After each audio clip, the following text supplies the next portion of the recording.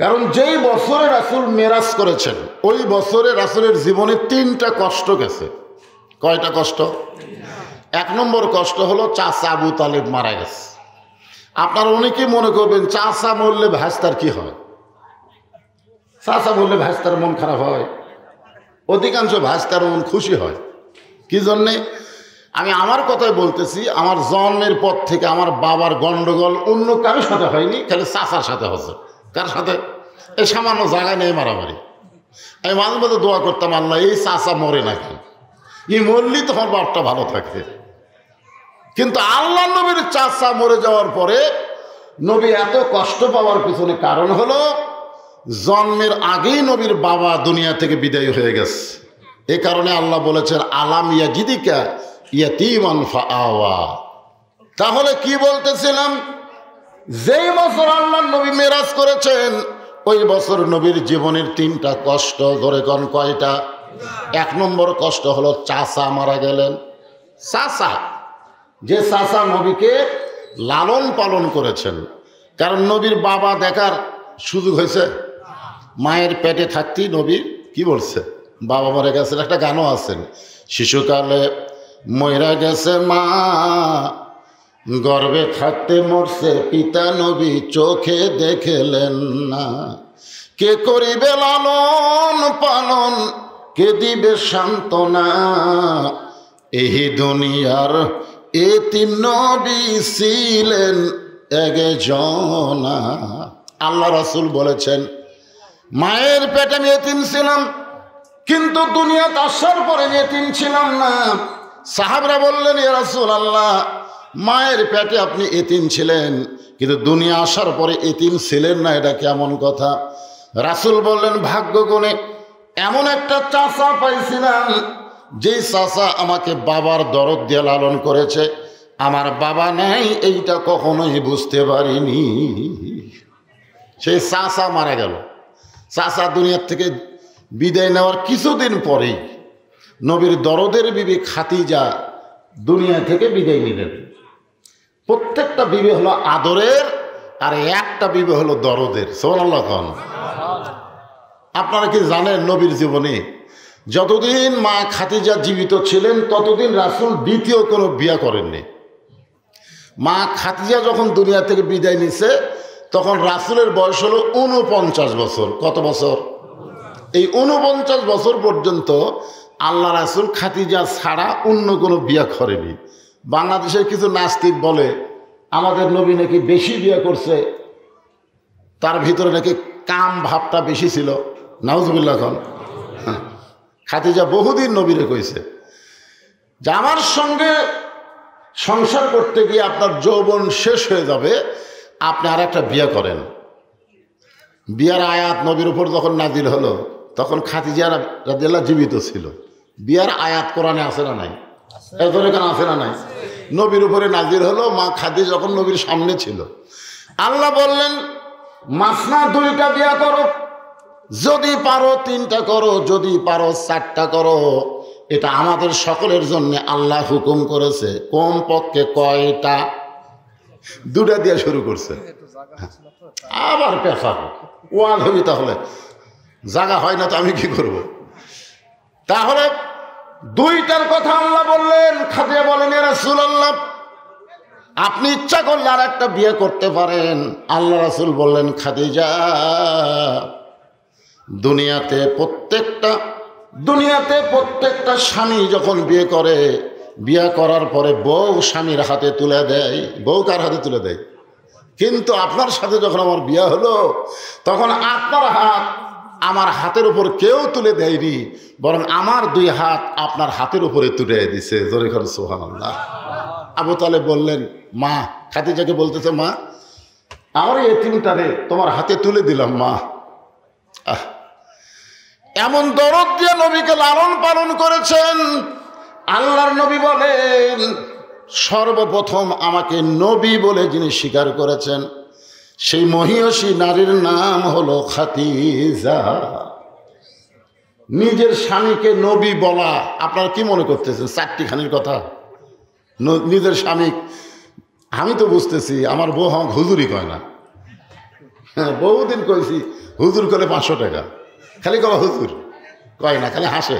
না হাসো কেন? বলে হাসার কারণ হলো হুজুর হওয়া সহজ না। আমার বইয়ের কাছে আমি হুজুরে হওয়ার পারিনি, আর খাদিজার কাছে আমাদের নবী সর্বপ্রথম, ধরে কারণ সুবহানাল্লাহ, তিনি নবী বলে স্বীকৃতি দিয়েছেন। সঙ্গে সঙ্গে আল্লাহ তাআলা একটা আয়াত নাজিল করলেন। মা খাদিজা যখন ঈমান গ্রহণ করলেন, তখন আল্লাহ তাআলা কোরআনের আয়াত নাজিল করে বললেন, লাকাদ কানা লাকুম ফি রাসূলিল্লাহি উসওয়াতুন হাসানা। যদি সফলতা অর্জন করতে চাও, বিবি হয়ে যারা নবী স্বীকার করলো, তোমরা তার আদর্শ গ্রহণ করে নাও। যেখানে সুবহানাল্লাহ। আমি চিশতিয়া তরিকা বুঝবেন ভেজাল, সব কি কথা কন না কেন, সব ভেজাল। একটাই সহি তরিকা, সেইটা হলো নবীর তরিকা। মা আতাকুমুর রাসূলু ফাখুযুহু ওয়া মা নাহাকুম আনহু ফান্তাহু। আল্লাহ কোরআনে ডাইরেক্ট বলে দিয়েছেন, আমার নবী যেটা করেছেন সেটা তোমরা করো, নবী যেটা নিষেধ করেছেন সেইটা করা যাবে না। তার মানে একটাই তরিকা, রাসূলের তরিকা ছাড়া অন্য কোনো তরিকা মানা যাবে। একটু মনোযোগ দিয়ে শোনেন। মা খাদিজা দুনিয়া থেকে বিদায় নেওয়ার কিছুদিন পরে নবী তায়েফের ময়দানে গেলেন। তায়েফের ময়দানে বেড়াবার গেছেন কলেমার দাওয়াত নিয়ে। জোরেকান কিসের দাওয়াত? কলেমার দাওয়াত দিবার গেলেন। তায়েফবাসীর নবীকে গ্রহণ না করে এত নির্যাতন করলেন। নবীর সঙ্গে একজন ছিল যার নাম হলো যায়েদ। তার নাম কি? যায়েদ ইবনে সাবিত নবীর সঙ্গে ছিলেন। এত পাথর নবীকে মারছে, পাথরগুলো নবীর দেহের এমন কোনো জায়গা নাই, সব জায়গায় পাথরের আঘাত লাগছে। উম্মাহাতুল মুমিনিন মা আয়েশা রাদিয়াল্লাহু তাআলা আনহা একদিন নবীকে গোসল করানোর পরে গায়ে তেল দিয়ে দিচ্ছেন। নবীর গায়ের তেল দেওয়ার সময় বলে, ইয়া রাসূলুল্লাহ, আপনার মুখের চেহারা পূর্ণিমার চাঁদের চাইতেও সুন্দর। আপনার এই যে অবয়ব, এই চেহারাটা পূর্ণিমার চাঁদের চাইতেও সুন্দর। ধরে গান সুবহানাল্লাহ। কিন্তু আপনার শরীরে এত কালো কালো দাগ, আপনার কি বসন্ত হয়েছিল? আল্লাহ রাসূল ছোট বাচ্চার মতন কান্দে। আয়েশা বলে, হুজুর আমি কি বেয়াদবি করলাম? এই কথা বলার পর আপনি কান্দেন কেন? আয়েশা বলতেছে, ইয়া রাসূলুল্লাহ, আপনার শরীরে কি কোনো বসন্ত ব্যারাম হয়েছিল? আল্লাহ রাসূল বলে, আয়েশা রে, কোনো বসন্ত ব্যারাম হয় নাই, বরং তায়েফবাসী আমাকে এত পাথর মারছে, যেই পাথরের দাগগুলো আমার শরীরের মধ্যে এখনো বিদ্ধ রয়েছে। আয়েশা বলতেছে, হুজুর আপনি একটা কাম করেন, আপনি আল্লাহ বলেন, আল্লাহ যেন এই দাগগুলো মিশে দেয়। এই দাগগুলো, কথা কয় না, দাগগুলো মিশে দেয়। এই দাগগুলো থাকলে কেমন যেন একটা ভয় ভয় লাগে। হায় হায়, এত সুন্দর চেহারা আর শরীর খালি দাগ। যেরকম আমার দাগ দেখে আমার বউ ভয় করে। আমার কিছু দাগ আছে শরীরের মধ্যে, এই দেখেন হাতে এইরকম দাগ। এমনি তো কালো মানুষ, আবার গোটাল শরীর এরকম দাগ। তো আমি তো বহু দোয়া করতেছি, আমার এলো অসুখের দাগ। আর নবীর কি অসুখের দাগ? পাথরের দাগ। আল্লাহ নবী বলেন, আয়েশা, আমি এই দাগগুলো ইচ্ছা করে আমার দেহের মধ্যে রেখে দিয়েছি। হাসরের ময়দানে আমার উম্মত যখন কঠিন বিপদে পড়ে যাবে, এই দাগের বিনিময়ে আমার লক্ষ লক্ষ উম্মতকে আল্লাহ জান্নাত দিবে। বলেন সুবহানাল্লাহ। সঙ্গে সঙ্গে আয়েশা রাদিয়াল্লাহু তাআলা একটা দোয়া করলেন, আল্লাহ, কলেমার দাওয়াত দিবার গায়ে নবীর শরীরে যদি দাগ হয়, সেই নবীর প্রকৃত উম্মত যারা হবে তারাও যেন বাতিলের বিরুদ্ধে জিহাদ করে তাদের দেহের মধ্যে এরকম একটা যেন দাগ থাকে। দাগ 40 বছর হলে নবীর কাজ করতেছে। হুজুর কয় বছর? 40 বছর হলে নবী আনা কাম করে। পাঞ্জাবি খোলো তো, পাঞ্জাবি খুলে দেখে তেল তেলা, একটা দাগও নেই। কিন্তু নবীর গায়ে দাগ, আর তুই নবীর উম্মত হয়ে তোর দাগ নাই, তুই কোন নবীর কাম করিস? যেই নবীর কাজ করতে গেলে বাতিলের বিরুদ্ধে একটা কথাও বলা যায় না, ফিলিস্তিনের পক্ষে দোয়াও করা যায় না, এইটা নবীর কাম হতে পারে না। জোরে কোন কথা ঠিক কিনা? কথা কান। বিশাল বিশাল পার্টি, নবীর কাম। এদের পিছনে ইহুদি খ্রিস্টানেরা আছে, বুঝলেন না ভাইজান? নবীর কাম করবার গেলে বাতিল আপনাকে আশ্রয় দিবে না, বাতিল আপনাকে উঠাইয়া দিবে। জোরে কোন কথা ঠিক কিনা? উঠাইয়া দিবে। আজকে বাতিলেরা চট দেয়, বাতিলেরা পাইপ দেয়, বাতিলেরা সাজিয়া দেয়, তার মানে কি? আর আখেরে মোনাজাতে সুদারু ঘুষারু যতগুলো ব্যায়াম আমাদের আছে সব জায়গায় আল্লাহ আমি কিসের আখেরে মোনাজাত? যে ব্যক্তি সুদ খাচ্ছে, ঘুষ খাচ্ছে, উই যা মোনাজাত আমি আল্লাহ কাই মোনাজাত দিয়ে যদি ইসলাম প্রচার হতো, তাহলে আমার নবীর চাইতে ভালো মোনাজাত কেউ জানে না। ধরে কোন কথা কন না কেন? তাইফের ময়দানে পাথরের আঘাত, এই তিনটা কষ্টের পরে আল্লাহ তাআলা নবীকে আল্লাহর আরশে নিয়ে যাবেন। নবী ঘুমাইছিলেন কাবার পাশে, আল্লাহ নবী কাবার পাশে ঘুমায় গেছেন। এমন সময় ফেরেশতা জিবরাইল নবীকে আল্লাহর আরশে নিবার আইছে। সুবহানাল্লাহ। এসে বলতেছে, আল্লাহ যাক, আমি বোরাকের পিঠে করে আল্লাহর আপনার আরশে নিয়ে যাব, যে ঘুম পাড়তেছে কি করি? আল্লাহ বলতেছে, ঘুম থেকে ডাক দাও। ফেরেশতা জিবরাইল বলে, আল্লাহ কিভাবে ডাক দেব? আল্লাহ বললেন, তোমার জিহ্বা বের করে নবীর পায়ের তালুতে সুরবুরি দাও। বাবা আদম থেকে আমাদের নবী, সমস্ত নবীর কাছে যেই ফেরেশতা ওহী নিয়ে আইছে, সেই ফেরেশতার নাম কি? জিবরাইল। আর সেই ফেরেশতাকে আল্লাহ বলতেছে, জিহ্বা বের কর। জিহ্বা বের করে নবীর পায়ের তালুতে সুরবুরি দাও। ফেরেশতা জিবরাইল তার জিহ্বা বের করে নবীর পায়ের তালুতে যখন সুরবুরি দেয়, নবী ঘুম থেকে চেতন পায়, বলে, জিবরাইল এইটা কি করলেন? আমাকে নাম ধরে ডাকলেই তো আমি ঘুম থেকে চেতন পাইতাম। জিবরাইল বলে, রাসূলুল্লাহ, আপনি আপনারে চিনেন না, আমার আল্লাহ আপনারে চিনে। আপনি আপনারে চিনেন না, আল্লাহ পাক আপনাকে চিনে, যার কারণে আল্লাহ হুকুম করেছে এভাবেই আপনাকে ঘুম থেকে চেতন করতে হবে। আল্লাহ রাসূল বলেন, জিবরাইল চেতন করার অর্থ? বলে, একটু মেহেরবানি করে বাইরে চলেন। একটু বাইরে যাওয়ার পরে বলতেছে, হুজুর এই যে জমজমের কবির পানি দিয়ে আপনি অজু করেন। এখান থেকে বোঝা গেল ঘুমায় গেলে ঘুম থেকে চেতন পারলে কি করা লাগে? অজু করা লাগে। আল্লাহ নবী অজু করার পরে বলে, জিবরাইল কি করা লাগবে? বলে, হুজুর একটু কষ্ট করে আপনি একটু সামনে চলেন। সামনে যাওয়ার পরে এত সুন্দর একটা প্রাণী, আল্লাহ রাসূল বলে, জিবরাইল ঘুম থেকে চেতন করে সুন্দর প্রাণী দেখানোর জন্যই কি আমারে নিয়ে আইলা? জিবরাইল বলে, হুজুর এই প্রাণী দেখার জন্য আপনাকে আনি নাই, এই প্রাণীর পিঠে আপনি চড়বেন, এর নাম হলো বুরাক। বিজলির চাইতেও, আলোর চাইতেও কোটি কোটি গুণ বেশি গতি। এই বোরাকের পিঠে আপনি চড়বেন, বোরাক আপনাকে আল্লাহর আরশে পৌঁছাইয়া দিবে। কোরআনে আল্লাহ বলেছেন, সুবহানাল্লাযী আসরা বিআবদিহি লাইলাম মিনাল মাসজিদিল হারাম ইলাল মাসজিদিল আকসা। এখানে দুটো মসজিদের নাম উল্লেখ করার কারণ হলো, গোটা পৃথিবীর ভিতরে বহু মসজিদ থাকলেও এই দুই মসজিদের দাম কম না বেশি? বর্তমানে একটা মক্কায় মুসলমানের কাছে আছে, আর একটা ফিলিস্তিনে আপাতত ইহুদিরা দখল করে নিচ্ছে। আজ বহুদিন হলে সেখানে জুম্মার নামাজও পড়বার দিচ্ছে না। ধরে কোন কথা ঠিক কিনা? চিন্তা করছেন? হিন্দুদের জন্য মন্দির, খ্রিস্টানদের জন্য গির্জা, ইহুদির জন্য প্যাগোডা, আর মুসলমানের জন্য মসজিদ। জোরে কোন কথা ঠিক কিনা? সেই মুসলমানের মসজিদ শয়তান ইহুদিরা দখল করে বসে আছে। এ পর্যন্ত 26,000 ফিলিস্তিন মুসলমান ওই মসজিদ দখল করার জন্য তাদের জীবন দিয়েছে। তার মধ্যে 19,000 হচ্ছে বাচ্চা, শিশু বাচ্চা। ওরা শিশু বাচ্চাকে টার্গেট করছে। কি জন্যে?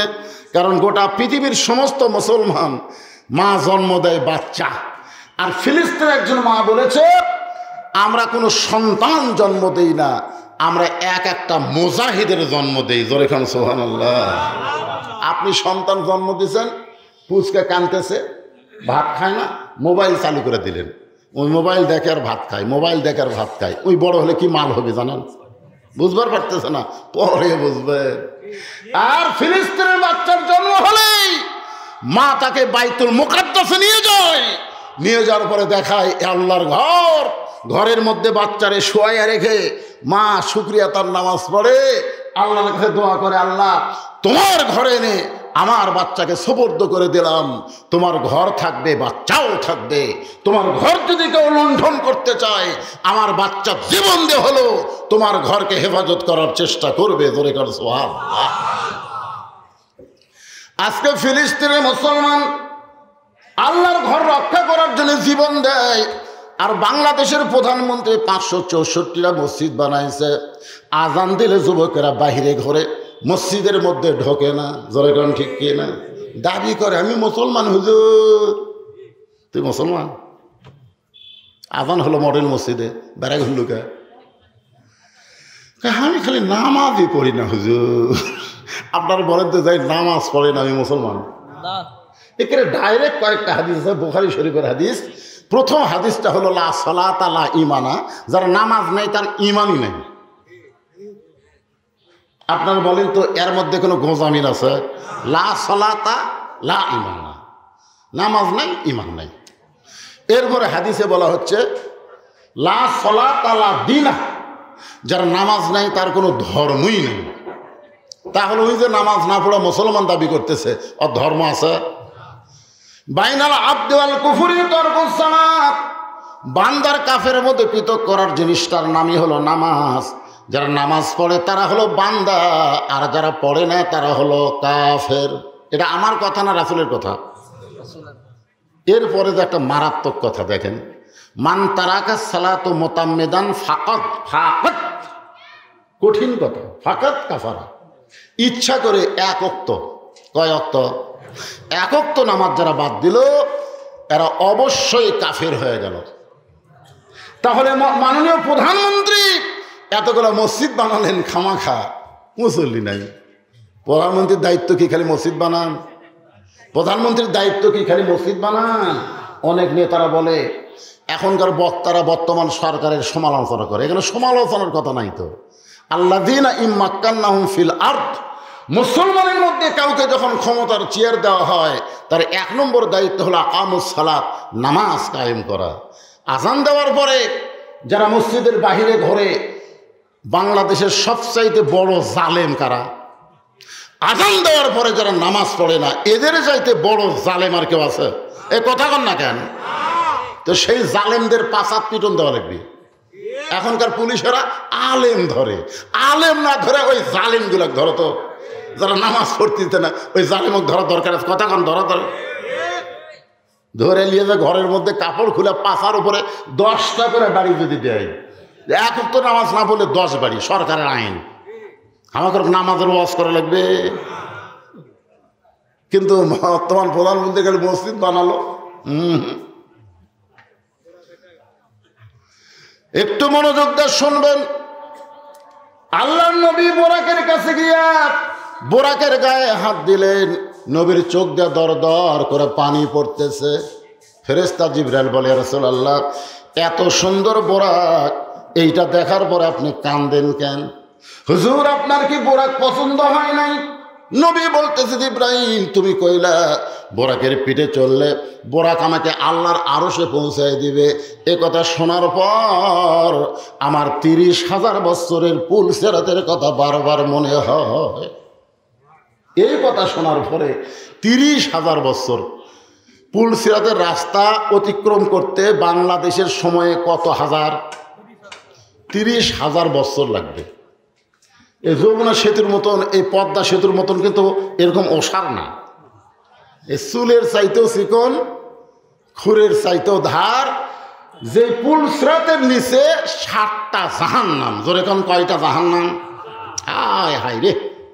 এইটা পার হবার গেলে অধিকাংশই শতকরা 100 জনই প্রায় আমাদের যে চরিত্র আর যে আমল কেটে পুরে জাহান্নাম ডুবে শেষ।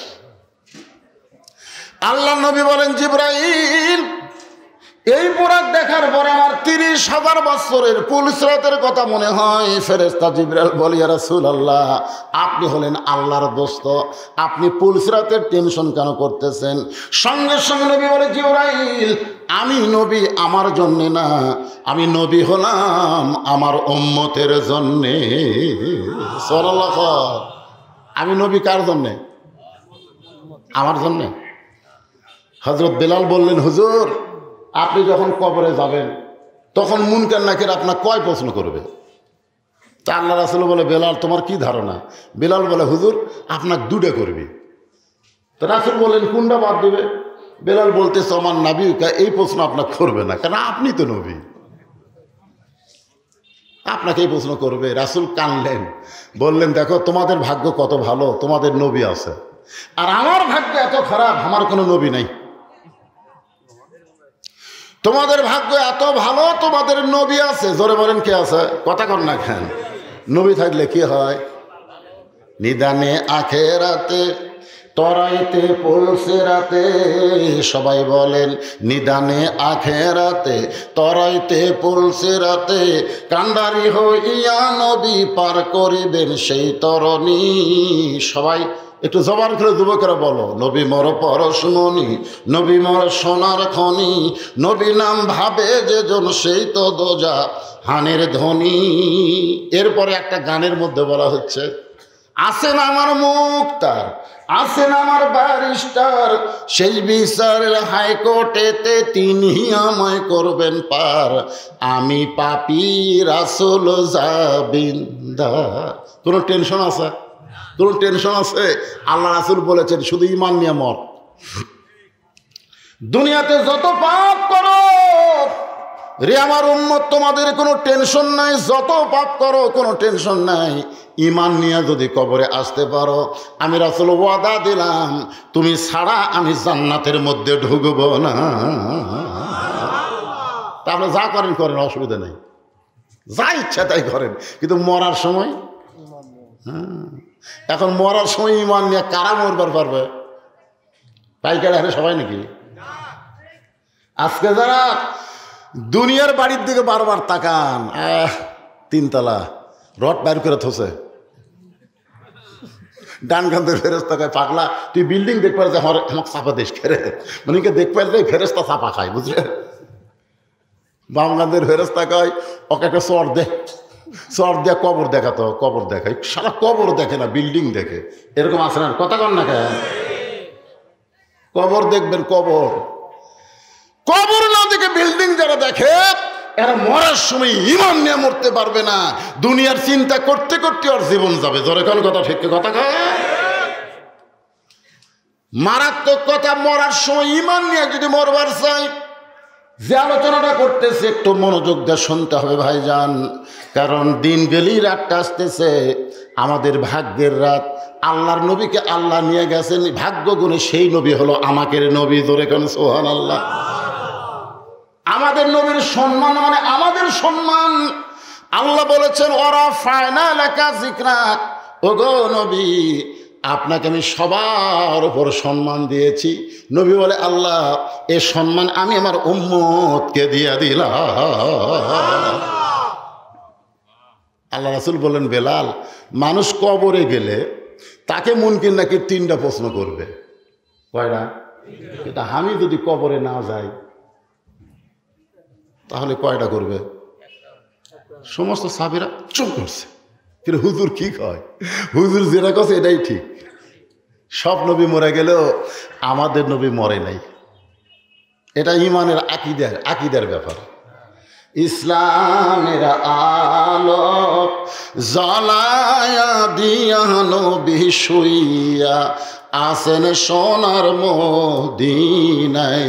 সবাই বলে, ইসলামের পতাকা উড়ায়া দিয়া নবী ঘুমায়া আসেন সোনার মদিনায়। আপনি যখনই দরুদ করলেন, ফেরেশতারা নিয়ে গিয়ে মদিনাত বলতেছে, হুজুর এই যে মঠ গ্রামে আপনার এই উম্মত, এইটা কোনোদিন আপনাকে দেখেনি, আপনার নাম শুনেই দরুদ পড়লো। দরুদগুলো জমালেন তো, কারণ এত ওজন এই দরুদের, আমরা ফেরেশতারা ঢোয়াবার পারতেছি না, হুজুর এত ওজন জমালেন। আল্লাহ রাসূল কয় কোনো নেকি লাগবে না রে, আমার কাছে যে দরুদ জমা আছে এই দরুদ খালি নেকির পাল্লায় তুলে দিব, আমার উম্মতেরা সবগুলো জান্নাতে চলে যাবে। ধরে করে সুবহানাল্লাহ। এই জন্য সবার ভাগ্যে দরুদ পড়াও হয় না। আজকে দরুদ দিয়েও কতগুলো ফতোয়াবাজি করে। ধরে কোন কথা ঠিক কিনা? আল্লাহর বান্দার একটু মনোযোগ দেন। ফেরেশতা জিবরাইল বলে, রাসূলুল্লাহ আপনি কি বলতেছেন? আল্লাহ নবী বলেন, জিবরাইল এমন করে একটা বোরাক আমার আল্লাহ যদি আমার গুনাহগার উম্মতকে দিত, আমি বোরাকের পিঠে উঠতে শান্তি পাইতাম।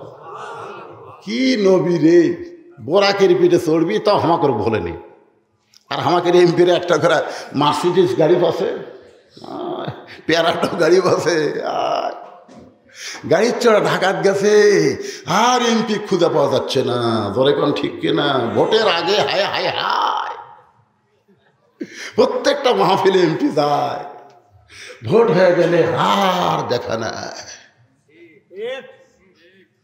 ওই নেতার চামচা হয়ে ঘুরতেছেন, খালি মরেন। হাউডার মধ্যে বাড়ি বসাবি। ধরে কোন কথা ঠিক কিনা? চামচা যদি হবার চান, বিশ্বনবীর উম্মত হন। যাত্রার চামচাগিরি করে এই সামান্য হায়াতকে নষ্ট করেন না।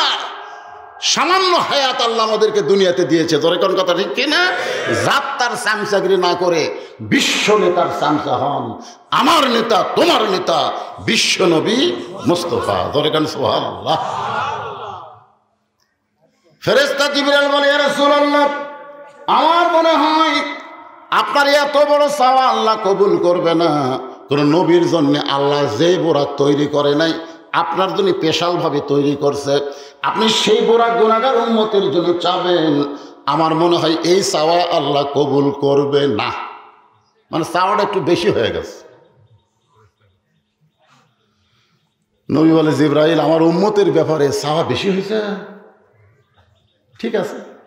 বোরাকের কাছ থেকে নবী 11 গজ দূরে গিয়া মাটির দিকে তাকায় থাকলেন। বোরাকের দিকে আর তাকায় না।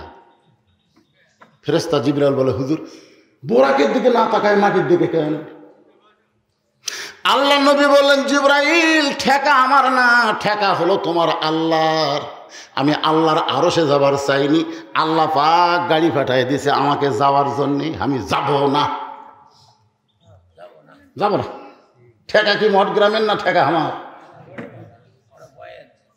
না, আমার গাড়ি ভাড়া আগেই দিছে যে হুজুর আপনি যাবেন। ঠেকা আমার না, আপনাকে রে। আল্লাহ রাসূল বলে, আমি তো আল্লাহর কাছে যাবার চাইনি, আল্লাহ পাঠাই দিছে যানবাহন, যাব না। সঙ্গে সঙ্গে আল্লাহ বলে, জিবরাইল আমি লা ইলাহা ইল্লাল্লাহ বসে আছি মুহাম্মদ রাসূলের আশায়। আর মোহাম্মদ রাসূল যদি যানবাহন ফেরত দেয়, আমি আল্লাহ বড় কষ্ট পাই। আমি লা ইলাহা ইল্লাল্লাহ বসে আছি কার আশায়? মোহাম্মদ রাসূলের আশায়। আর মোহাম্মদ রাসূল যদি বোরাক ফেরত দেয়, আমি আল্লাহ বড় কষ্ট পাই। আমি কষ্ট না পাওয়ার জন্যে তার প্রত্যেকটা উম্মতের জন্য এমন করে একটা বোরাক আমি পুলসিরাতের কিনারায় বাজেট করে দিলাম। প্রত্যেকটা উম্মত। এখন উম্মত কারা? এখন যদি আপনার বলেন হুজুর পাইকারি হারে আমরা সবাই উম্মত, না। আল্লাহ কোরআনে বলেছেন, কুনতুম খায়রা উম্মাত উখরিজাত লিন-নাস তা'মুরুনা বিল মা'রুফি ওয়া তানহাউনা আনিল মুনকার। এরাই হলো নবীর উম্মত, যারা সৎ কাজে আদেশ করে, অসৎ কাজে বাধা দেয়। সৎ কাজে কি করে? আপনি তো পাবলিককে আদেশ করে পারতেছেন না। আপনার বেটার বয়স 22 বছর, এই ফজরের সময় ঘুম পাড়ে, ও কি আপনি আদেশ করে পারতেছেন না? আর্জেন্টিনার খেলা দেখে 3টা পর্যন্ত, আপনার বেটা আগে 3টা পর্যন্ত আর্জেন্টিনার খেলা দেখে হইচই করে। আর যে আসসালাতু খায়রুনের নাম শোনে তখন আর আগে নাই। বাপ জানলাতে তাকায় দেখে পাও নাই মাথাও নাই। আজান শোনার সাথে সাথে আইডিয়া 3.5 হাত 2.5 হাত হয়ে ল্যাফের মধ্যে ঢুকে গেছে। কি আপনি আস্তে আস্তে যান, বিলাই যেমন ইন্দুক ঘরে, আপনি আস্তে আস্তে ঘরের মধ্যে যায় কম্বল টান দেন, ল্যাপ টান দেন, টান দিয়ে তাকায় দেখেন ল্যাফের মধ্যে ব্যাটার সাইজ আর সাইড টিপে কুত্তের সাইজ একই সাইজ। এখন আপনার বেটা কি বেটা না কুত্তা? হ্যাঁ, কথা কর না কেন? কুত্তা কইলেও কুত্তা রাগ করবে। আল্লাহ কোরআনে বলছেন সুম্মা রাদাদনাহু আসফালা সাফিলিন, এরা জন্তু জানোয়ারের চাইতেও খারাপ।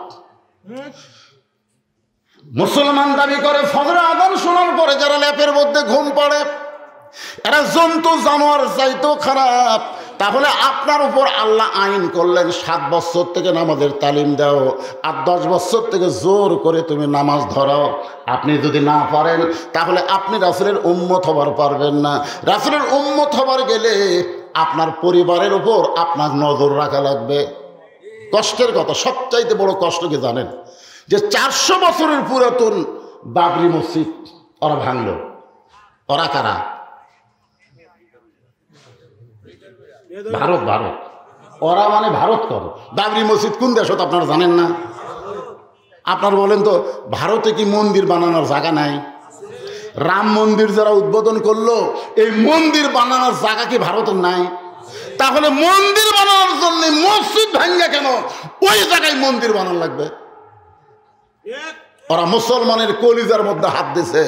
মুসলমানের নামাজ না পড়লেও মসজিদকে তার জীবনের চাইতে বেশি ভালোবাসে। জোরে কোন কথা ঠিক কিনা? আমার এলাকায় 2 বেনামাজি গন্ডগোল লাগে, বলতেছে বিশ্বাস যদি না করিস মসজিদ ছোঁচ। আমি গেলাম, কে রে, তুই তো নামাজ পড়িস না, তুই মসজিদ ছুঁয়ে কি করবি? নামাজ না পড়লে কি হবে হুজুর? মসজিদ আল্লাহর ঘর। আর সেই ভারতের চ্যানেল, সেই ভারতের স্টার জলসা জি বাংলা আজকে আমাকে ঘরত চলতেছে। ঠিক করলে হবে না তো। নবীর উম্মত হবার গেলে ভালো কাজে আদেশ করা লাগবে, অসৎ কাজে বাধা দেওয়া লাগবে। কাক বাধা দেবেন? প্রধানমন্ত্রী বটি দেওয়া লাগবে না আপনার বাড়ির ডাক। কিরে, ওরা আমাকে বাবরি মসজিদ ভাঙ্গা মন্দির বানালো, আর সেই মন্দিরের পূজার বাদ্য হরি হরি লোলো লোলো করে বাজবে আমাকে মুসলমানের ঘরে। স্টার জলসা জি বাংলা লাথি দিয়ে বাংলাদেশ থেকে বাইর করে দিব। জোরে কোন কথা কন না কেন? কথা কন না কেন? আপনি যদি আপনার বউকে এ যে ওয়াজ শুনবার আছে, ভাক্কা করবার আছে, সব এরা ফাতেমার ওয়াজ শুনবি, একটা মানবি না। খালি আমার হুজুর যাই করেন তাই করেন, ফাতেমার একটা টান দিবেন। এত ওয়াজ শোনার পরে এরা স্টার জলসা ছাড়ে না। ও দোষ ওর কেনা, দোষ হলো আমাকে।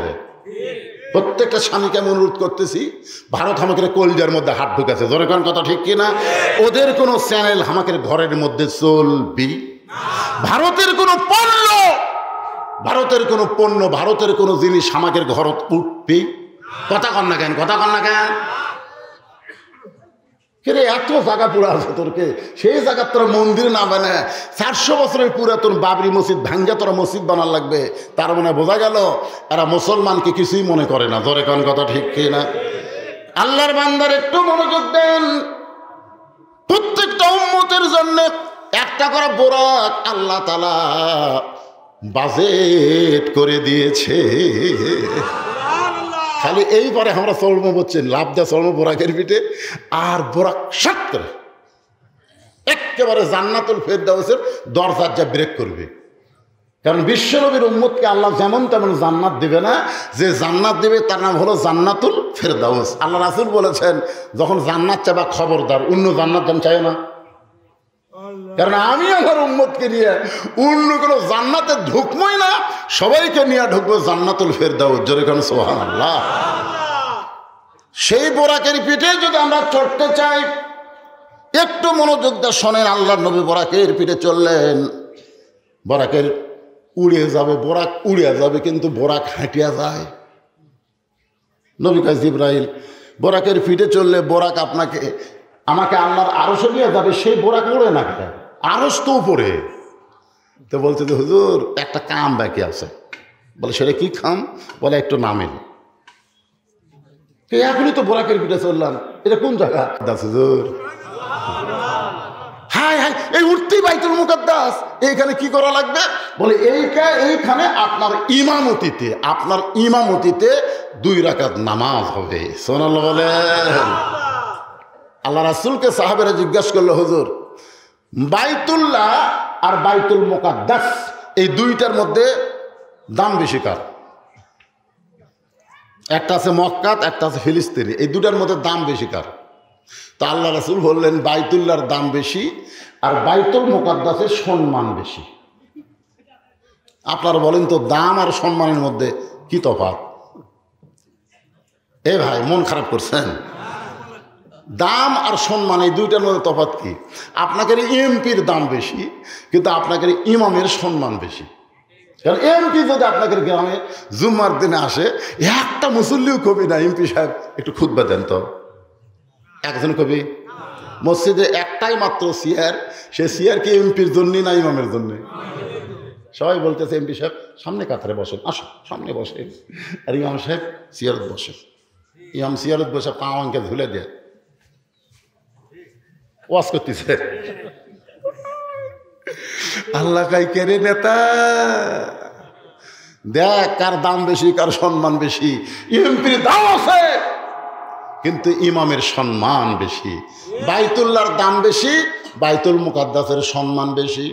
সাহাবেরা জিজ্ঞাসা করলেন, এ রাসূলুল্লাহ, বাইতুল্লাহর দাম বেশি হওয়ার কারণ কি? আল্লাহর নবী বললেন, বাইতুল্লাহ বরাবর আর একটা ঘর আছে, সে ঘরের নাম হলো বাইতুল মামুর। এই যে বাইতুল্লাহ, এখান থেকে উপর দিকে তাকাও, ইয়ানজুরু বি নূরিল্লাহ, তোমাদের যদি নূরের চোখ থাকে তাহলে দেখবা চতুর্থ আসমানের উপরে আর একটা একেবারে কাবা ঘরের মতোই আর একটা ঘর আছে, তার নাম হলো বাইতুল মামুর। আর বাইতুল মামুর বরাবর আর একটা ঘর আছে, সেই ঘরের নাম হলো আল্লাহর আরশ। জোরে কোন সুবহানাল্লাহ। একেবারে আরশ বরাবর বাইতুল মামুর, বাইতুল মামুর বরাবর হলো বর্তমানের কাবা। এই জন্য বাইতুল্লাহর দাম বেশি। আর বাইতুল মুকাদ্দাসের সম্মান বেশি হওয়ার কারণ হলো, বাইতুল্লাহর মধ্যে সমস্ত নবী রাসূল নামাজ পড়ে নাই, কিন্তু বাইতুল মুকাদ্দাসের ভিতরে আমার ইমামতিতে সমস্ত নবী রাসূল নামাজ পড়েছে। বাইতুল্লাহর মধ্যে সব নবী রাসূল ঢোকেনি, কিন্তু বাইতুল মুকাদ্দাসের মধ্যে সমস্ত নবী রাসূল ঢুকে নামাজ পড়ছে। কার ইমামতিতে? আমাদের নবীর ইমামতিতে নামাজ পড়লেন। 2 রাকাত নামাজ, 2 রাকাত নামাজ আদায় করলেন। বাইতুল মুকাদ্দাসের মধ্যে সমস্ত নবী রাসূল 2 রাকাত নামাজ পড়ে যে সওয়াব পাইছে, ইজা নুদিয়া লিস-সালাহ মিন ইয়াউমিল জুমআ ফাসাউ ইলা যিকরিল্লাহ। কোন আল্লাহর বান্দা জুমার নামাজ যদি মসজিদে এই আয়াত অনুযায়ী পড়ে, তাহলে বাইতুল মুকাদ্দাসের সমান সওয়াব আল্লাহ তাকে দান করে। এই আয়াত অনুযায়ী পড়া লাগবে। এখানে কি বলা হচ্ছে? ইজা নুদিয়া লিস-সালাহ মিন ইয়াউমিল জুমআ ফাসাউ ইলা যিকরিল্লাহ। আমাদের বাংলাদেশে এরা পড়তেছে আয়াত অনুযায়ী, একেবারে সবার শেষে যাবি, সবার আগে বাড়াবে। 5 ওয়াক্ত তো পড়েই না, জুম্মার দিনে যায় তাও মশাল নিয়ে, সবার শেষে যায়, যে নতুন স্যান্ডেলের কাছে পুরাতন স্যান্ডেল থয়, আবার সবার আগে বার হয়ে নতুন পাওয়াত দিয়ে চলতেছে মরদ। ধরা পড়লে বলবি বদল হচ্ছে ভাই, বদল হচ্ছে ভাই, চাপাত মারা লাগবি। সর, তোর জীবনে কোনোদিন দেখলাম না তুই নতুন থুয়া পুরাতন নিয়ে গেল। যতবার বদল, পুরান থুয়া নতুন নিয়ে যাওয়া। এরা আসলে নামাজে না। আল্লাহ বলেছেন ফাওয়াইলুল লিল মুসাল্লিন, এরা হলো নামাজের নামে মস্করা ঠাট্টাকারী। ওয়াইল নামক জাহান্নাম, এই জুমার নামাজে যারা শেষে যে আগে বার হয়, এদেরকে আল্লাহ খুশি হয়ে দিবি, যা যা। আপনারা এইরকম যদি কেউ থাকেন, আজ থেকে এই আয়াতের দিকে খেয়াল করবে। বাইতুল মুকাদ্দাসের মধ্যে নবী 2 রাকাত নামাজ পড়াছে, সমস্ত নবী রাসূল ইক্তেদা করেছেন। ওই নামাজের যে সওয়াব, একই সমান সওয়াব আপনি এই আয়াত অনুযায়ী যদি জুমার নামাজ আদায় করেন, আল্লাহ আপনাকে দিয়ে দিবে। জোরে কোন সুবহানাল্লাহ। আল্লাহ নবী সিঁড়ি পাইলেন, ওই সিঁড়ি দিয়ে আল্লাহর আরশে গেলেন। আল্লাহ রাসূল জান্নাত দেখলেন, জাহান্নাম দেখলেন। জান্নাতের মধ্যে গিয়ে দেখেন নবী কতগুলো বাবা হাও মাও করে কাঁদতেছে। জাহান্নামের মধ্যে নবী দেখলেন কতগুলো বাবা মুচকি মুচকি হাসতেছে। নবী চমকে গিয়ে বলে, ভাই জিবরাইল, এই জাহান্নামের মধ্যে যারা কাঁদতেছে হাসতেছে এরা কারা? আর জান্নাতের মধ্যে যারা কাঁদতেছে এরা কারা? জান্নাতের মধ্যে মানুষ আনন্দ করবে, সেই জান্নাতের মধ্যেই কাঁদতেছে। আর জাহান্নামের মধ্যে মানুষ কষ্টে কানবে, সেখানে হাসতেছে কারণ কি? জিবরাইল বলে, রাসূলুল্লাহ, এই জান্নাতের মধ্যে যারা কানতেছে এরা হলো ওই বাবা যারা নেক আমল করে জান্নাতি হবে, কিন্তু সন্তানদের কারণে আল্লাহ তাআলা তাদের কাছ থেকে জান্নাত কাড়ায় নিয়ে আবার জাহান্নাম দিবে। কারণ দুনিয়াতে নামাজ পড়েছে, রোজা করেছে, সব কিছু ইবাদত করেছে, কিন্তু সন্তানকে মানুষ করতে পারে নাই, সন্তানকে সঠিক শিক্ষা দেওয়ার পারে নাই, সন্তানকে নৈতিকতার শিক্ষা দেয় নাই, সন্তানকে মঠগ্রাম প্রাইমারি ভর্তি করে দিছে, কিন্তু মঠগ্রাম মাদ্রাসা দেয়নি। একই গ্রামে প্রাইমারিও আছে, মাদ্রাসাও আছে, নাই? এরকম নাই? যেরকম আছে না নাই? 6 বছর বয়সের বাচ্চাকে আপনি মাদ্রাসার উপর দেয় হাঁটিয়ে দেয় প্রাইমারি ভর্তি করে দিলেন। আপনার বাচ্চাকে একটা বই দিল, সে বইয়ের মধ্যে লেখা আছে এক ডোম বা গোডম ঘোড়া ডোম সাজে ঢাক ঢোল ঝাঁঝর বাজে ব্যস্তে ব্যস্তে চললো ঢুলি ঢুলি গেল কমলা ফুলি। আপনার বাচ্চা কি পড়তেছে? আপনার সন্তান কি পড়তেছে? ময়না। আর ওইটাকে যদি ওই প্রাইমারি না দিয়ে এইখানে ভর্তি করে দেন, তাহলে ওর হাতে এমন একটা কিতাব দেওয়া হবে, যেই কিতাব ধরবার গেলে আগে পেশাব করান শিখান লাগবে। আগে কিতাব আগে পড়ে যায়, কিভাবে পায়জামা খোলা লাগবে, কীভাবে লুঙ্গি তোলা লাগবে। আর মাদের সাথে আমি হুজুর করে দেখি তো, কোনো ছাত্র ভর্তি হলে আগে পেশাবখানা দিয়ে আসে। আমি কেন হুজুর পেশাবখানা কেন? আগে পাক পবিত্র শিকার লাগবে হুজুর, কারণ যেইটা ধরবার যাবি এটা ধরবার গেলে আগে পবিত্র হওয়া লাগবে। পবিত্র হওয়া ছাড়া এইটা ধরার কোনো চান্স, কথা কন না কেন? লা ইয়ামাসসুহু ইল্লাল মুতাহহারুন। তুমি ততক্ষণ পর্যন্ত স্পর্শ করতে পারবা না যতক্ষণ পর্যন্ত তুমি পবিত্র না হবা। তাহলে আপনার সেই মাসুম বাচ্চাকে পবিত্র হওয়ার শিক্ষায় ভর্তি না করে আপনি অপবিত্র হওয়ার জায়গায় ভর্তি করে দিলেন। আপনি জাহান্নামে যাবেন নাকি জান্নাত পাবে? আর কথা কয় না। ওই বেটা আপনাকে ছাড়বি নাকি? আমি ছোটবেলা তো প্রাইমারি যাওয়ার চাইনি, আমার বাপে হইলে গেছে, বই ফিটের অর্থে এক খাড়া হয়ে মারতেছে, একের বেঁকা করে দিয়ে হাঁপতেন তো বেঁকা করে দিয়ে যন্ত্র বার করে মারতেছে। রে কোন ক্লাসে পড়িস রে? তোর পিঠের ওপর কি কয়? বই চাচা, বই পিঠত দিয়ে খাড়া হয়ে মারতেছে। বস বাবা বস। কেমনি পেশাব করা লাগে তোর স্যার শিখাইনি, বসে থাকে কর।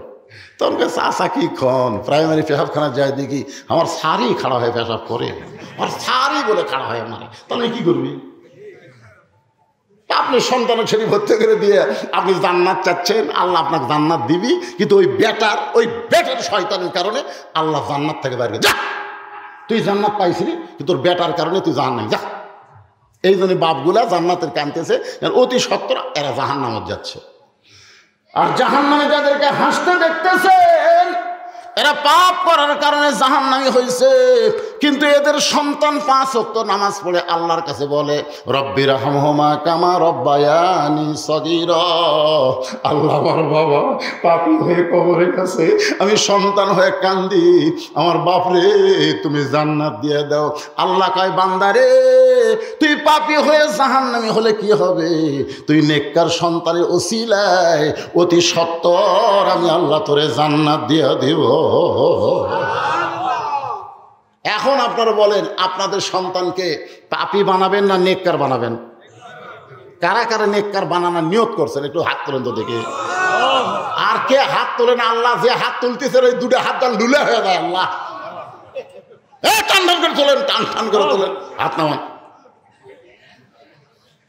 এখন যারা বিয়ে করেননি চান্স নেন, সন্তান হলে যারকে সন্তান বড় হয়ে গেছে, বুড়া মানুষ হচ্ছে, আমার তার সন্তান হওয়ার চান্স নাই। যেরকম আমার নাই, আমার আর আছে, আমার নাই। আমার 3টা মেয়ে আছে, 2 মেয়ে এখন পারিনি। এই ছোটো মেয়ে তানজিমুল উম্মাহ মাদ্রাসায় ভর্তি করে দিয়েছি, ও এখন কোরআনে হাফেজ হচ্ছে। আমার 2 নাতি, একটা হাসান একটা হোসাইন, 2টাই মাদ্রাসা পড়তেছে। তাহলে আমি না বললে নাতি পারতেছে, কারণ আমার তো পাটা হয়নি, বেটা হয়নি, বুঝুন না কে। আমার ছোট মেয়েটা এখন হেফজ করতেছে, তা হাত তোলা কি আমি ভুল করছি? আপনি তুলেছেন, আপনার বেটারা সব পাটা হয়ে গেছে, অসুবিধা নেই। লাতিগুলো একবার আমরা মাদ্রাসা দিবার পারি, রাজি আছেন? কারণ সন্তানকে নাতিকে যখন মাদ্রাসায় দিব তখনই মাদ্রাসার উপর মহব্বত হবে। আমার আগে হাফেজ সাহেবদের টেকা চালো, টেকা দেন, আপনার দিচ্ছেন না কেন? আপনার লাতি পুতি সন্তান কেউ মাদ্রাসা নাই। আপনি মনে করতে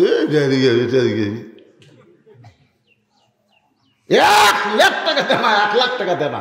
আপনার হুজুর একটু ধরে আদায় করবেন তো, ধরে কিভাবে আদায় করবো রে?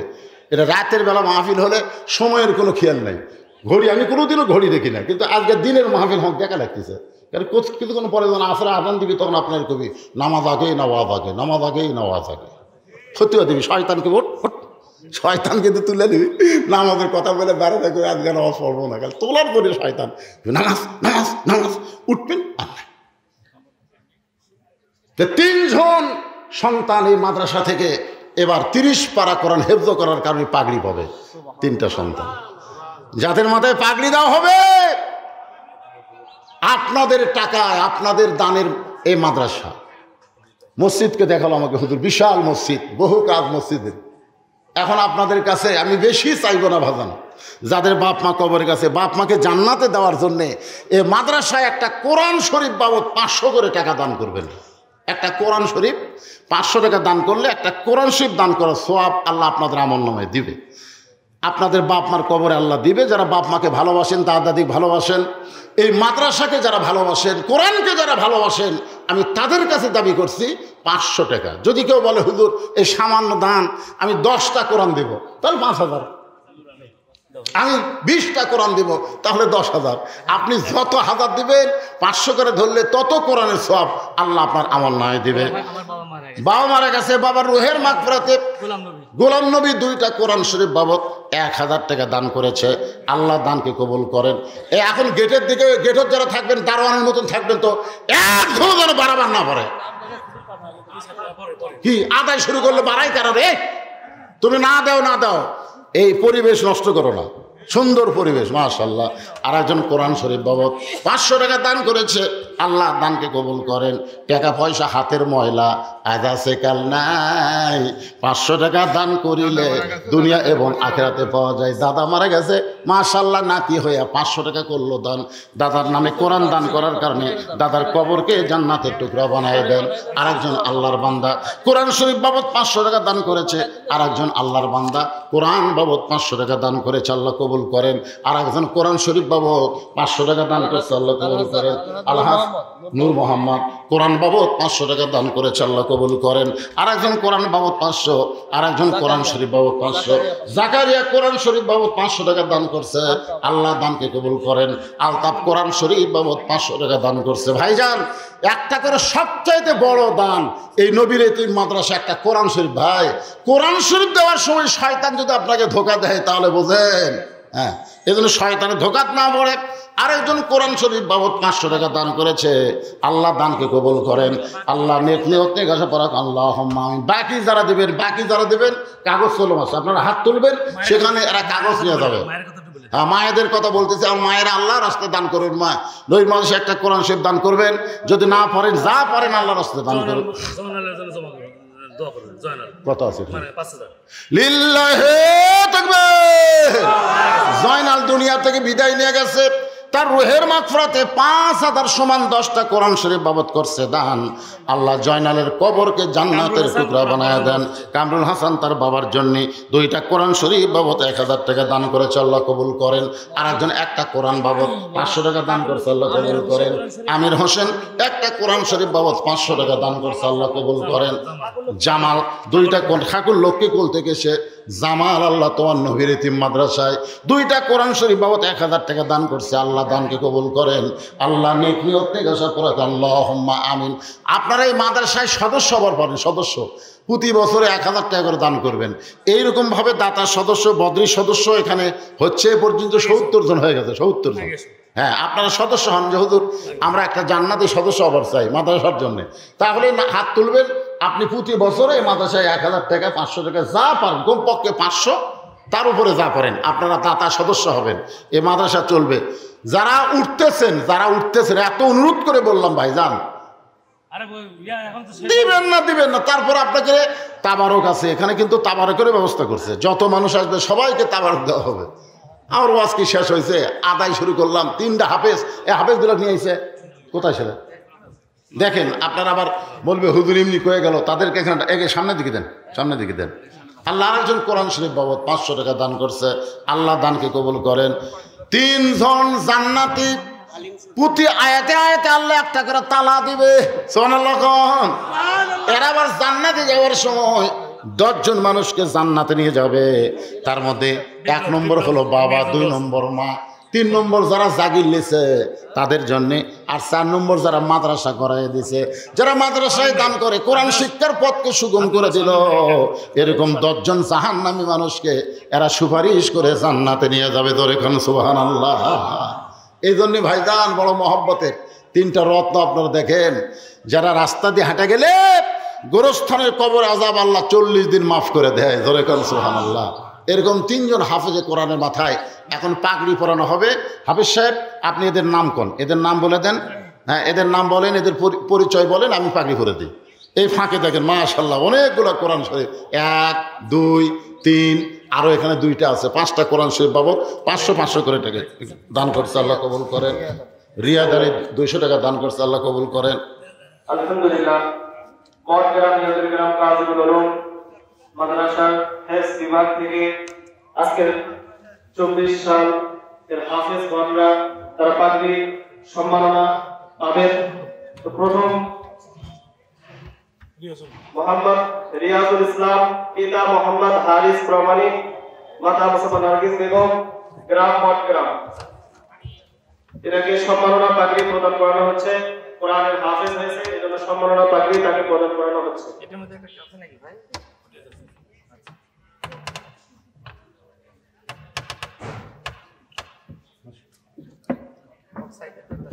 এখন পাগড়ি পরবেন হাফেজ মোহাম্মদ আবু তালহা, পিতা মোহাম্মদ আফসার আলী, মাতা মুসাম্মদ মেরিনা বেগম, গ্রাম পুরানপুর। তাকে হিফজ সম্মাননা পাগড়ি প্রদান করানো হচ্ছে। আফসারের ছেলে, আফসার ভাইয়ের ছেলে, পিতা মোহাম্মদ আফসার আলী। হ্যাঁ, কুদুরকোটা আফসার, সেই আফসারের লাগ। হ্যাঁ, না আফসারের বেটা।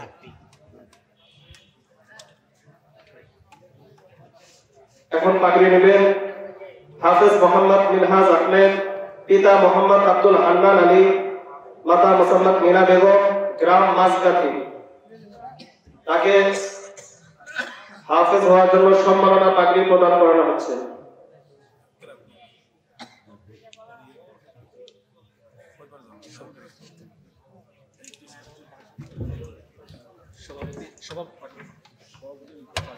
এবং আমাদের মাদ্রাসা কমিটির পক্ষ থেকে আমাদের সভাপতি সাহেবকেও এই পাগড়িতে তাকে সম্মানিত করা হচ্ছে। আমাদের প্রধান বক্তা সাহেব তিনি তাকে সম্মানের পাগড়ি প্রদান করেছেন।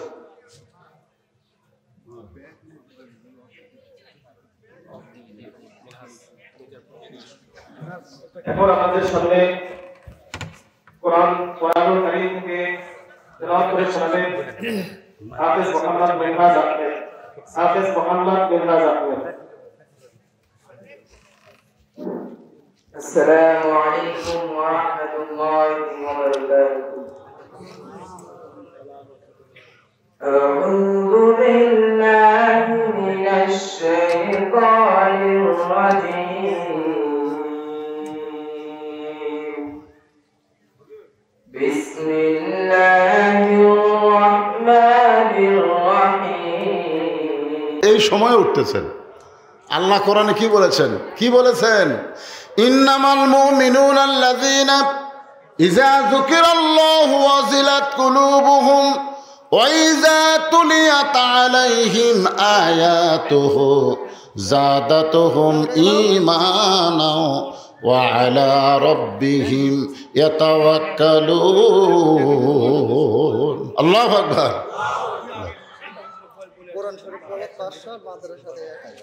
কোরআন শরীফ বাবদ 500, মাদ্রাসায় 1000। ছোট্ট বাচ্চার দোয়া চায়, আল্লাহ দান করলো 1500, আল্লাহ দানকে কবুল করেন। ভাই যে রুমাল নেন নামছে সবাই দেন, 10 20 50 100 যে যা পারেন আপনার দানটা কমপ্লিট করেন। আমি একটানা কথা বলে যে আয়াতে কারিমা তেলাওয়াত করেছি, ইয়া আইয়ুহাল্লাযীনা আমানুস্তাঈনু বিস-সাবরি ওয়াস-সালাত ইন্নাল্লাহা মা'আস সাবিরিন। যে আয়াত নিয়ে আজকে ওয়াজ শুরু করছি, আল্লাহ ইমানদারকে লক্ষ্য করে বললেন, আমি আল্লাহর কাছে যদি কিছু পাবার চাও তাহলে ধৈর্যর নামাজের মাধ্যমে চাও। ধৈর্যর নামাজ এই দুইটাই হলো লাইলাতুল মিরাজ। এটা সামনে নিয়ে ওয়াজ করতেছিলাম। রাসূল চলে গেল জান্নাত জাহান্নামে। জান্নাতের মধ্যে দেখতেছে কাঁদতেছে, আর জাহান্নামের মধ্যে হাসতেছে। আপনারা বলেন তো, এই যে জাহান্নামের মধ্যে হাসতেছে, জান্নাতের মধ্যে কাঁদতেছে, এই দুইজনের মধ্যে কার ভাগ্য ভালো? কি বুঝলেন? এই জান্নাতের মধ্যে কান্দা ভাগ্য ভালো না জাহান্নামের মধ্যে হাসা ভাগ্য ভালো? তাহলে যদিও জাহান্নামী হন কোনো টেনশন নাই, একটা ব্যাটার মতন ব্যাটা তৈরি করেন। এটা বুঝাবার গেছি। তারপরে কিছু টাকা আপনাদের কাছে চাইলাম, মাশাআল্লাহ ভালোই দিয়েছেন, আলহামদুলিল্লাহ। আর একজন 500 টাকা দান করলো কোরআন বাবদ। আল্লাহ দান কবুল করেন। এখন আসেন মূল আলোচনায় আল্লাহর সঙ্গে। যেটা আমি শুরু করেছিলাম, নবী যখন দুনিয়ায়, আল্লাহ নবীরে দেখবার পায় কি পায় না? হ্যাঁ, জোরে কেন পায় কি পায় না? মুসা নবীর চোখের পাওয়ার কম, যার কারণে আল্লাহ দেখবার চাইছিল। কারণ আল্লাহ কোন জায়গায় আছে মুসা নবী দেখবার পায় না, খালি কথা হয়। জোরে কোন কি হয়? আমরা যখন এই কোরআন শরীফ পড়ি, ভাই, তখন কিন্তু কথা কার সাথে হয়? মাশাআল্লাহ। আল্লাহ বলেছেন মুসা নবী নিজে কালিমুল্লাহ, আর আমার প্রত্যেকটা উম্মত যারা কোরআনের সঙ্গে সম্পর্ক রাখবে, কোরআন তেলাওয়াত করবে, তারা নিজেরাই একটা করে কালিমুল্লাহ হয়ে যাবে। জোরে খান সুবহানাল্লাহ। কোরআন শরীফ যে কার বাণী এই ব্যাপারে করে সন্দেহ আছে নাকি? কোরআন কার কথা? আল্লাহর কথা। এই দেখেন, নতুন হাফেজ সাহেব পর্যন্ত আপনাদের কাছে রুমাল লেগেছে বাজান। এরকে পায়ের তলে ফেরেশতারা নূরের পাখা বিছাই দেয় বাজান। ওই গামছা ফাঁকি দিয়ে না, দেন 10, 20, 50, 100 যাই যাবার আল্লাহর রাস্তায় দেন। জীবনের শেষ দানও হতে পারে। আজকের দান করা আপনার জীবনের শেষ দান, আল্লাহর রাস্তায় দিবেন। এই মাদ্রাসার সভাপতি সাহেবকে এলে দান কখন করবি? সভাপতি, সেক্রেটারি, কেশিয়ার সদস্য, এরা কি করবি না? পাগড়ি খুলে গেল বাদাম, মানে মার এখনো যায়নি তো। হ্যাঁ, এই দুটো একসাথে আছে। সাগর 2000 টাকা দান করলো। আল্লাহ সাগরের দানকে আল্লাহ আপনি এ বাবা, এই পাগড়ি আল্লাহ রাই দৌড়াচ্ছে, খাড়াই থাকো তো, টাকা না দিলে লড়বে না। কি আছে ও আজকে শেষ হলো নাকি? টাকা লিয়ে তারপরে দরকার হলে আমরা আসর নামাজ 10 মিনিট পরে পড়বো, সমস্যা আছে? এত বিশাল জামাত হবে এখানে। মসজিদের মধ্যে কয়েকজন লোক পাবে আজকে? জামাতে যত লোক বেশি হয় তত গুনে গুনে সব বেশি হয়। 2 জন লোক নামাজ পড়লে 4 জনের সব, 4 জন পড়লে 16 জনের সব, 16 জন পড়লে 16 আবার 16 গুণ দিলে এভাবে চক্র বৃদ্ধি হারে জামাতের সওয়াব হয়। এখানে কম মুসল্লি হবে, আজকের জামাতে বিশাল সওয়াব হবে। এই জন্য আমরা যদি 2-4 মিনিট দেরি হয়, অসুবিধা আছে? আমরা তো নামাজ পড়ার নিয়তে এখানে বসেছি। যারা বেনামাজি তারা কবি হুজুর যদি নামাজ পড়ে তাহলে আগেই যায়। এখন যারা উঠবে বুঝবেন এরা বেনামাজি, এরা নামাজ পড়বি না, যতই নামাজের ওয়াজ করেন কাম হবি না।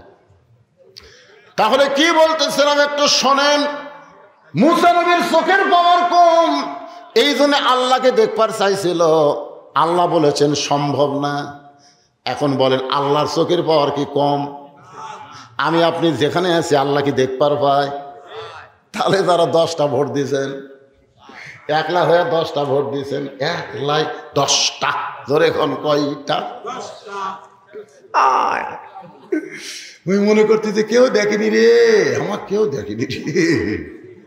আজকে তারা বলেন তো ওরা ধরা খাসে।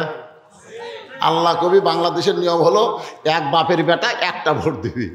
তুই একলাই 10টা ভোট দিল, তোর বাপ কয়টা রে? তোমার 2 কান্দে 2 মোহরে লেখিতেছেন ডায়েরি, দলিল দেখে রায় দিবে, টাকা পয়সার নাই কারবার। সবাই বলেন আছেন আমার মুক্তার, আছেন আমার ব্যারিস্টার, সেই বিচারের হাইকোর্টেতে তিনি আমায় করবেন পার। আমি পাপী, তিনি জামিনদার। তাহলে আমরা এখানে বসে আছি, আল্লাহ দেখবার পাই কি পায় না? তারপরে 5 বার মসজিদে আমরা যাই, আল্লাহর ঘরের ভিতরে। কারণটা কি একটু মনোযোগ দিয়ে শোনেন। আমার আল্লাহ তাআলা নবীকে আরশে নিয়ে গেলেন। আরশে একটা জায়গায় গিয়ে ফেরেশতা জিবরাইল আটকে গেল। ফেরেশতা জিবরাইল কি মনে করছে জানেন? আজও পর্যন্ত শুধু আমাদের নবী ছাড়া এখন পর্যন্ত আল্লাহরে কেউ দেখবার পায়নি। এতে বলে না আবু হানিফা এতবার আল্লাহ দেখছে, ইমাম মালিক এতবার, এরা সব ভুয়া কথা। এগুলোর কথার কোনো দলিল নাই, ধরে কোন কি নাই? হ্যাঁ, একজনই শুধু আল্লাহরে দেখছে, আল্লাহ দেখা দিছে বলে, তিনি হচ্ছেন ভাগ্যগুণে আমাকে নবী। সুবহানাল্লাহ বলেন। আমাকে নবী নিজের যোগ্যতাই দেখেনি, আল্লাহ দেখা দিছে। তো কেন দিল সেইটাই তো বুঝাচ্ছি আমি।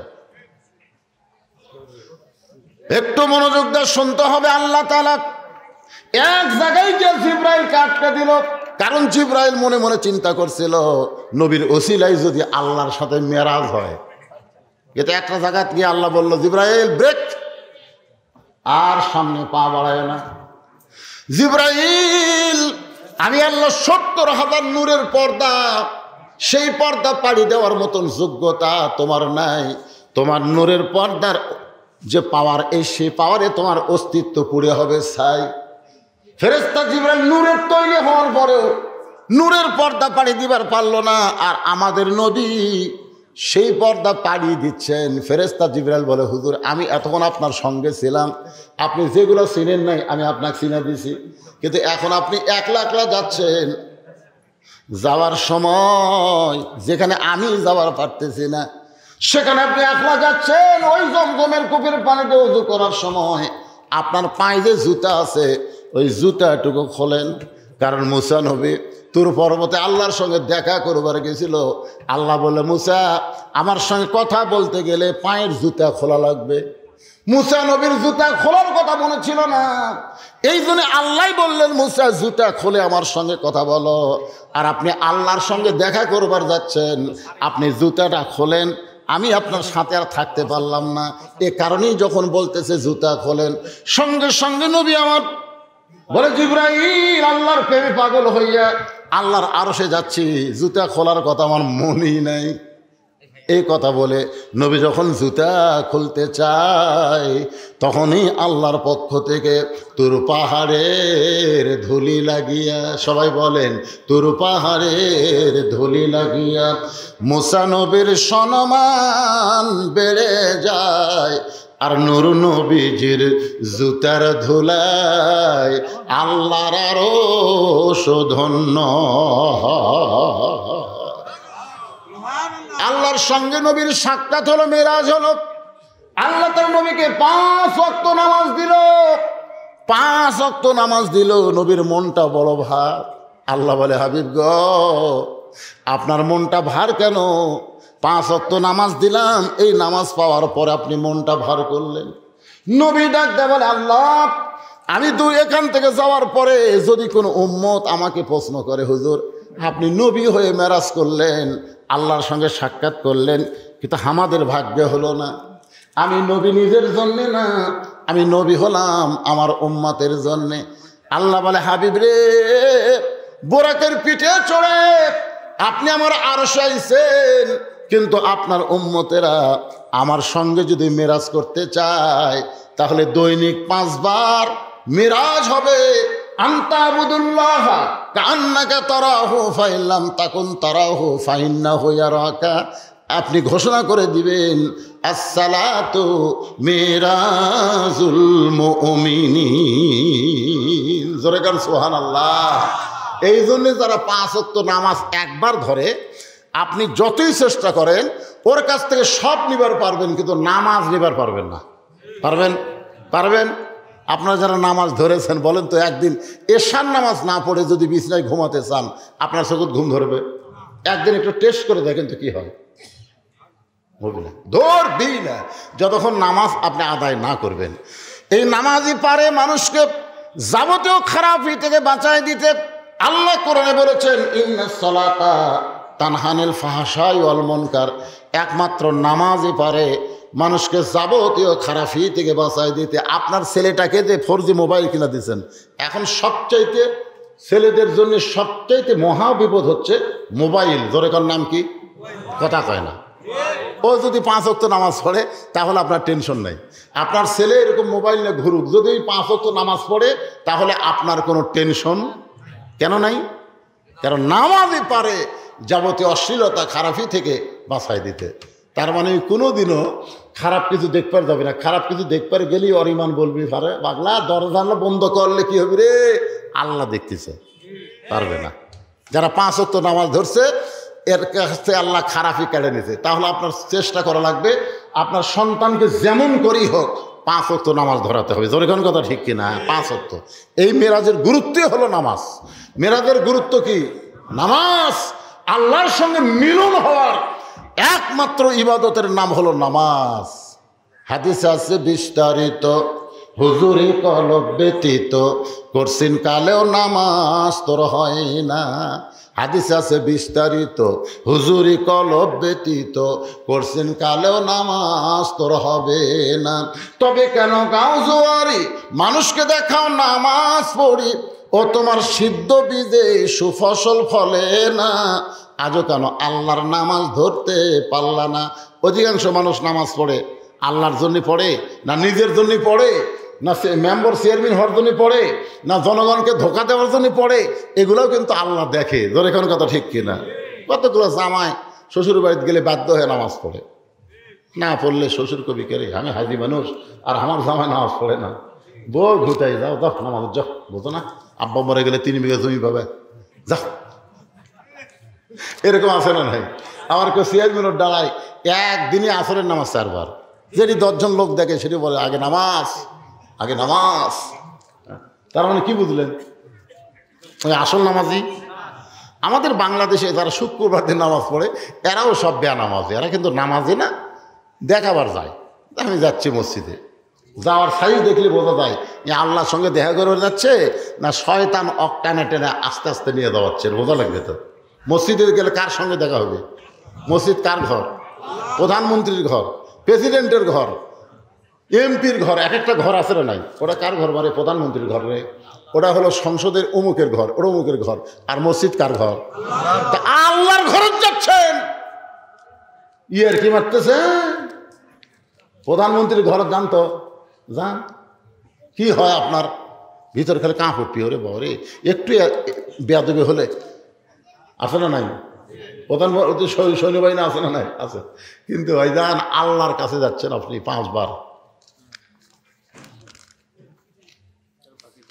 যারা বাকিতে দান করবেন তারা হ্যাঁ খাতা লিখে দেন। হ্যাঁ খাতা আপনাদের কাছে গেছে। যদি কেউ বাকিতে দান করতে চান 1 মণ 2 মণ ধানিরই হলে দিবেন, বাজান 1 বস্তা 2 বস্তা সিমেন্ট দিবেন, মসজিদের কাজে রাখবে। যদি এরকম কেউ বাকিতে দিবার চান, যে কাগজ লেগে গেছে আপনার, হ্যাঁ খাতা গেছে, আপনার লিখে দেন, লিখে দেন। এনাদের মাহফিল করার একটা উদ্দেশ্য আছে তো, আছে না নাই? 1 লাখ টাকা ঋণ আছে। আপনার যে 500 টাকার কয়টা লোড দিয়েছেন, কয় টাকা হবে? সভাপতি সব কিছু বলেন বারে।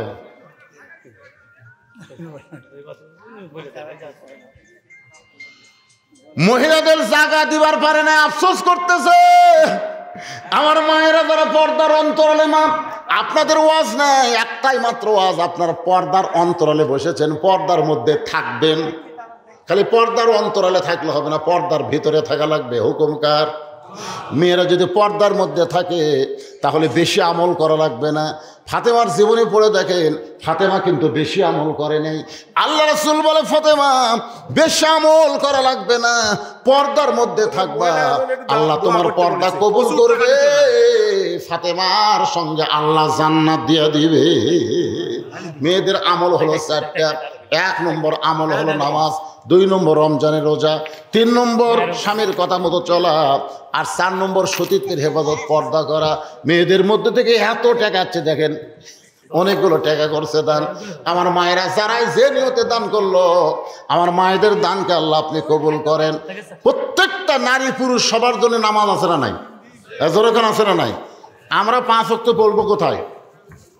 এই জোরেখান কোথায়? আর মেয়েরা বাড়িতে পড়বে। ওমর ফারুক বলেছেন, আযান দেওয়ার পরপরই মেয়েরা যদি বাড়িতে নামাজ পড়ে, মসজিদে নামাজ পড়ার সমান সওয়াব আল্লাহ দান করে দিবে। কিন্তু মেয়েরা কিন্তু রোজা ভালো করে, এই নামাজের ব্যাপারে একটু অলসতা বেশি, বেশি না? ছোট বাচ্চা কোলত কেউ নামাজ পড়বে না, পেশাব করে দিছে, বাচ্চা পেশাব করে দিছে। দেখেন বাচ্চার দোষ দেয় নামাজ পড়লো না। স্বামী বলতেছে নামাজ পড়ো, খিলান লাগবে না, সন্তান কান দিচ্ছে, খিলান লাগবে না, ওই বাচ্চারা খিলানোর জন্য নামাজ পড়া দিল। এরকম মা আছে না নাই? আমি মায়েদের বলবো 1 কোটি রোজা রাখলে যে সওয়াব হবে, 1 ওয়াক্ত নামাজ বাদ দিলে তার চাইতে বেশি পাপ হবে। এই জন্য মায়েদের বলবো, মা নামাজের গুরুত্ব দিবেন। আর নামাজ পড়বার গেলে আপনি যেমন ঢাকা ঢোকা নামাজ পড়েন, আপনি সেই রকম ঢাকা ঢোকা থাকলেই পর্দা হবে। বাংলাদেশে কোনো মেঘ দেখছেন নামাজ পড়ার সময় কীভাবে নামাজ পড়ে? আমার বউকে আমি দেখি একেবারে মেঘছি অন্যা, তারপর আবার বোরকা পরে এমনভাবে নিরুষ হয়ে নামাজ পড়তেছে। আমি বললাম, কে গো, আল্লাহর কি নজর খারাপ? দেখেছি এটা কী কথা, তুমি যেভাবে ঢাকা ঢুকে নামাজ পড়তেছ, এইভাবে ঢাকা ঢুকে খালি একটু রাস্তা থাকলেই তুমি ফাতেমার সাথে জান্নাতে যাবা। জোরে কোন কথা ঠিক কি না?